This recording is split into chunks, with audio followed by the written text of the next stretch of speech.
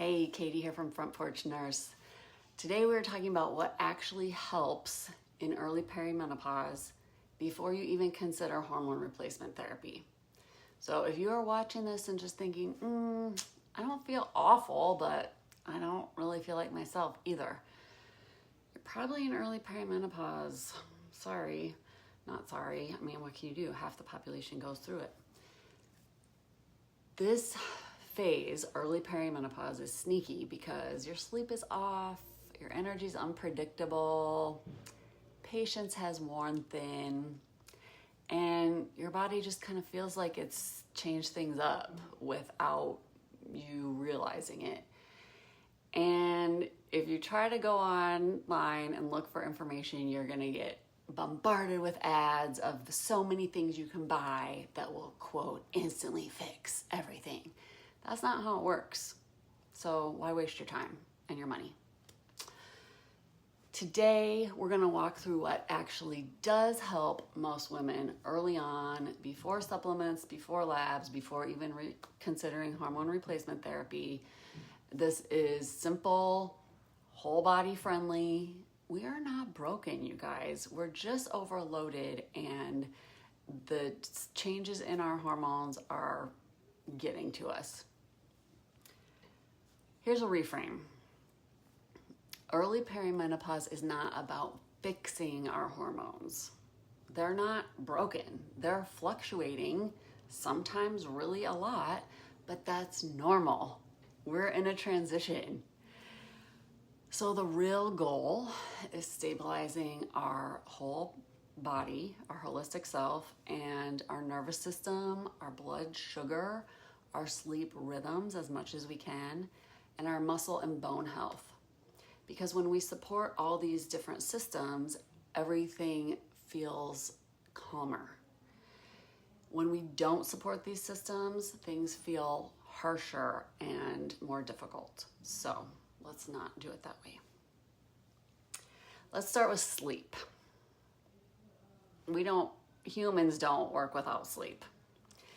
It doesn't have to be perfect. It does not have to be 8 hours straight through every night. It does not have to be 6 hours straight through every night. But let's see if we can get it better than what it is if you're struggling. Here are some good habits. Wake up roughly every day at the same time. Get some morning light right in that first hour after you wake up. Dim your lights after dinner. Be careful of that phone light.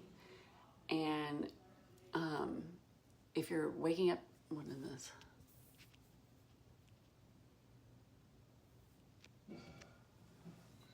And have a solid bedtime routine, like a warm shower at night to cue your nervous system that, okay, we're settling down.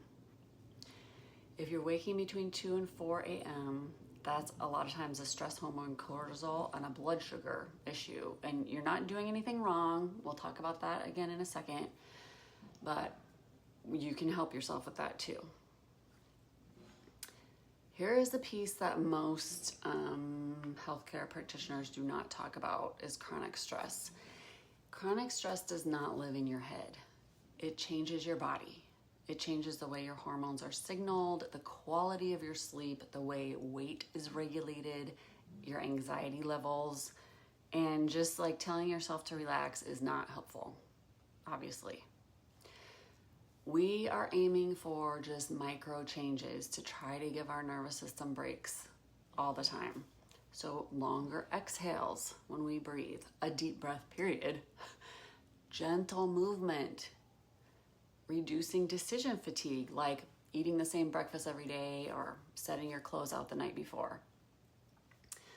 Life does not calm down first and then you feel better.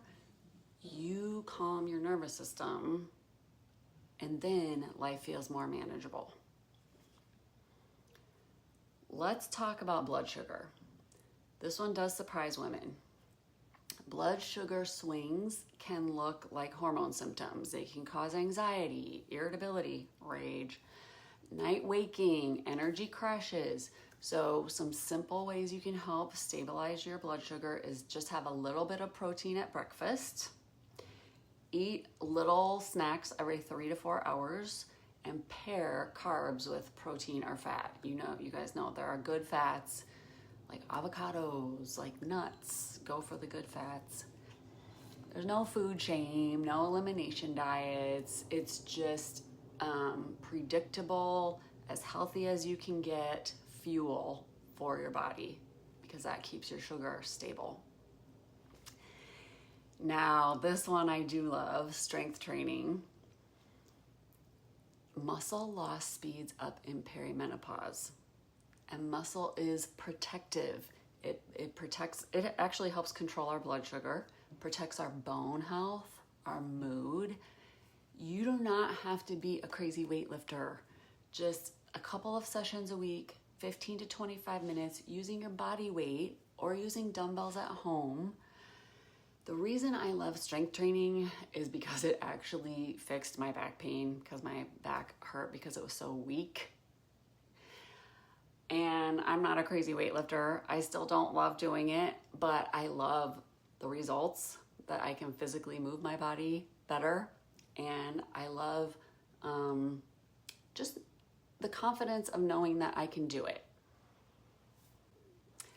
Remember that strength training is not about looking a certain way. It could be if you want it to be about that, but fundamentally strength training is about supporting our bodies and aging better. All right, let's talk about supplements, vitamins and minerals. Supplements can help sometimes, but most of us in the developed world do not need supplements. Most of us do not have deficiencies. Now, some common minerals and vitamins that help in early perimenopause are magnesium, omega-3s, and vitamin D if your vitamin D is low. You can also get these naturally. Remember, you can just eat it. You can get vitamin D from going out in the sun. But if you're taking handfuls of supplements and you don't feel better, that is information for you that you're probably wasting your money.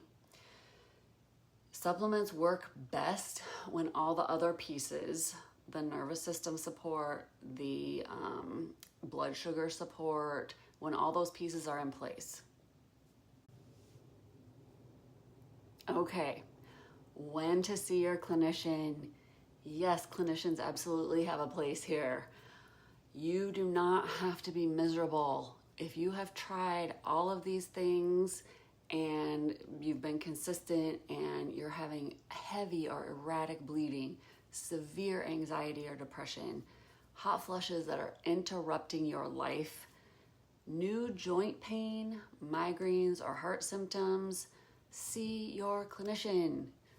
Also, even though labs don't tell you when you're in perimenopause, labs can be helpful if you're having some of these other symptoms, if you're considering hormone replacement therapy, or if something just feels off.